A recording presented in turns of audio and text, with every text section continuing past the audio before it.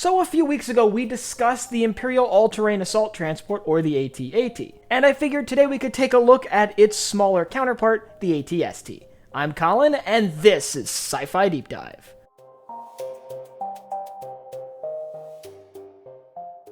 Remember, if you enjoyed this video, to head down below and hit that subscribe button. So over the last couple weeks, we've discussed several of the heavy armored vehicles utilized by major galactic governments, including the All-Terrain Tactical Enforcer utilized by the Galactic Republic, and the All-Terrain Assault Transport utilized by the Empire. But today, we're going to take a closer look at the AT-ST, the lighter scout walker utilized by the Galactic Empire during the Galactic Civil War. So while the AT-ST, or All-Terrain Scout Transport, is much smaller than the Imperial AT-AT, it is still a towering behemoth on the battlefield. At 90 meters tall, it can still really look down on most of its opponents. And while it's looking down on the enemy, it can rain down a serious amount of firepower, including a set of chin-mounted MS-4 twin blaster cannons which were capable of destroying light vehicles, as well as decimating infantry units, as well as a pair of 88i twin laser cannons mounted on either side of its head for engaging infantry that get too close or try to flank the walker.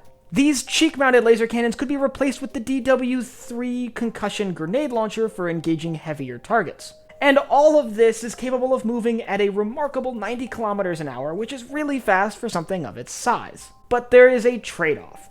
Like all Imperial walkers, it has some balance issues. Its increased height, which does give it some invulnerability to things like landmines, also make it easier to trip. It's incredibly reliant on some very precise gyroscopes to keep the entire vehicle upright, and any interference with its sort of longer legs could easily send the whole thing toppling down, especially when moving at 90 kilometers an hour, which leaves the whole thing basically balancing on a pin the entire time. On top of that, to maintain the speed, the entire thing is relatively lightly armored, meaning a few good hits with any sort of explosive to the head of the vehicle knocks it out of action completely. And as we see during the Battle of Endor, it doesn't even really have to be explosives. Most blunt impacts just crush it like a tin can.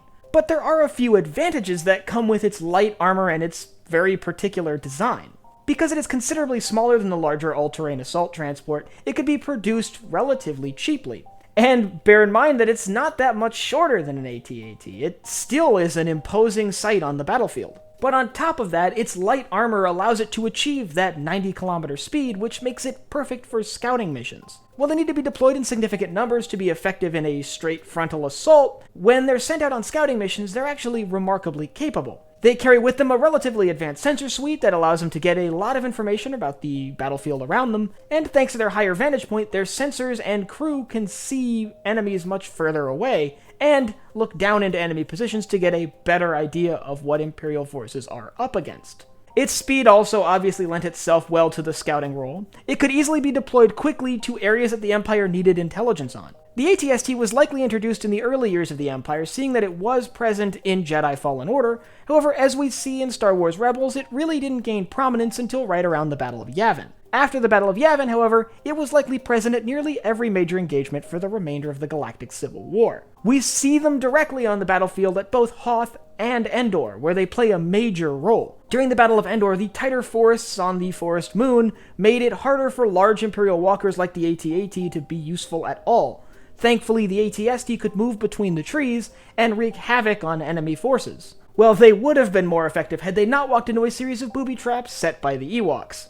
We also know that they were present during the Battle of Naboo. That's the one during the Galactic Civil War, by the way, obviously not the one during the Trade Federation invasion of Naboo, and present at the Battle of Jakku at the very end of the Galactic Civil War. It's also notable that a lot of these walkers probably ended up in the hands of Imperial warlords after the signing of the Galactic Concordance. There's likely still a few under the command of Imperial warlords like Moff Gideon. The AT-ST, however, was most effective when used to complement larger Imperial walkers like the AT-AT. If you want to learn more about the all-terrain assault transport, which really would form the backbone of any Imperial assault, I'll leave a link up here to my video on that. And I want you to let me know down in the comments whether you think using larger two-legged walkers as scouts makes sense when clearly the smaller walkers like the AT-RT were just as effective, like what we see during the Clone Wars. And if you have anything you want to see me cover in Star Wars, leave it down below in the comments. And last but not least, if you enjoyed this video, head down below, hit the like button, the subscribe button, and the bell icon so you get notified when I upload new videos. So for Sci-Fi Deep Dive, I'm Colin, and I will see you next time.